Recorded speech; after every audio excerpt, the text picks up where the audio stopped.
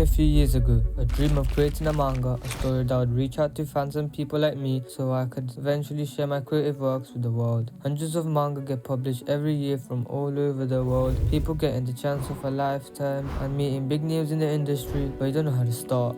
Ever since I was younger, I had a burning passion for art, with high expectation because I read my favorite story, Dragon Ball. When finished, I was exhausted, but felt a certain void. I kept reading more and more manga, but I could not find anything similar and felt this feeling of boredom. Nothing came close, but I thought, why can't I create something similar?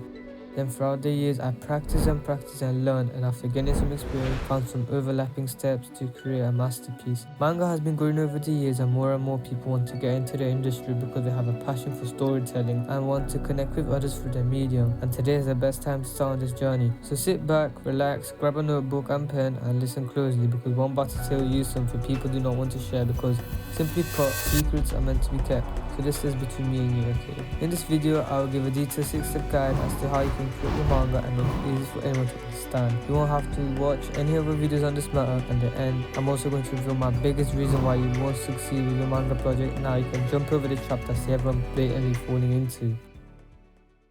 The first step is called message. When Akira Toriyama was writing Dragon Ball and thinking of a message to convey to his readers, he looked around for inspiration. One thing that I think stood out to him was how heroes in Western comics arrive at greatness and then defeat their status. Akira Toriyama probably didn't like the idea and instead chose something more relaxed and realistic, with martial arts being a very important aspect of the story. He came up with this: having a beginner mindset is key, the pursuit of self-improvement. In this type, you need to have a big pushing factor. This is very important. It's almost the backbone to your manga. You should have a message that you want to tell your readers. For Akira Toriyama, through the series, Goku trains martial arts and keeps getting stronger. With every master he encounters, he possesses a beginner mindset. He doesn't possess this ego that he is strong and old, but instead seeking to learn more, being curious enough to wanting to learn new forms and techniques, which is what he's been doing in the whole show up to Super. You might be thinking to yourself, why can't you just skip this step?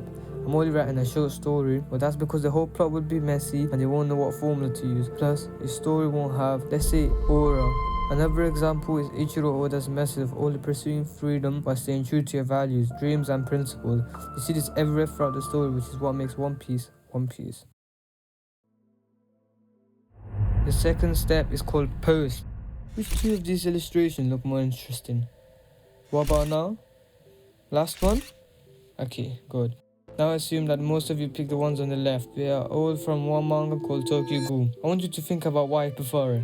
The vibe, drawing skill, shading, or maybe is it just very interesting to the point you want to know what's going on inside and it made you feel like you would miss out if you didn't know? This perfect example of post. Post is where you think of how your message will be delivered in a story. In this type, you should think of things like where will the story be set, what time period, and what makes its background so attractive. In Tokyo Ghoul, the writer is very good at this, the world feeling real but interesting at the same time, and as if it's moving like our world. You're choosing the perfect canvas for your story to be set on, but every canvas needs to be painted on, right?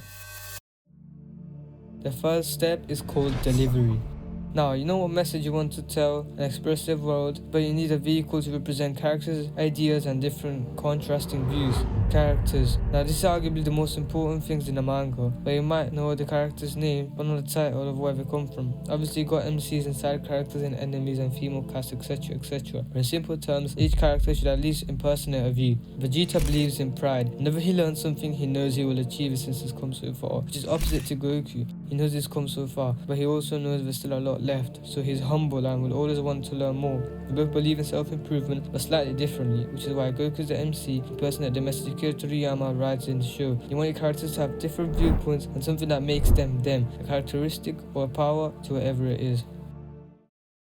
Now, the fourth step is called keyframe. In Attack on Titan, Hajime Isayama thought out the real origins of the Titan well before they actually got told the truth. Then Isayama connected the dots and made us all believe that a Titan just existed. This is called highlights, where you think of one or more key moments in the plot in advance and later connect the dots. At this point, you should have a message, characters, world building, and now you want to put it together neatly and do adjustments. This is where we stop, look back, and appreciate how far we come. Collect everything we have and stick it together to create a perfect story. Fifth step is called draw. By looking at this picture, would you want to read the rest of the story? When the art looks like this, I know I don't. But if I told you the art looks like this, now would you want to read it? Art itself is very important. If your art is not good, no one will read your story, period. So how do you draw? Firstly, your goal is to draw a manga. So your style should be unique but also not too different to the point it don't fit in. Many mangaka use green tones to convey shadows and a lot of 3D materials for everything to look good. Picking an art software is very important. The industry standard art software used for manga is Clip Studio Paint. Someone who uses it to draw and Procreate, this is 10 times better for solely manga. Features such as 3D models, many well-rounded brushes with a free library and others. Remember to keep in mind the manga is read right to left, so drawings and flow should match them. The sixth and final step is called publish. This is quite straightforward as you would actually want to publish your manga once you're done with the chapter. There are a few websites I recommend for this, such as Manga Plus Creators by Shueisha Global Mix.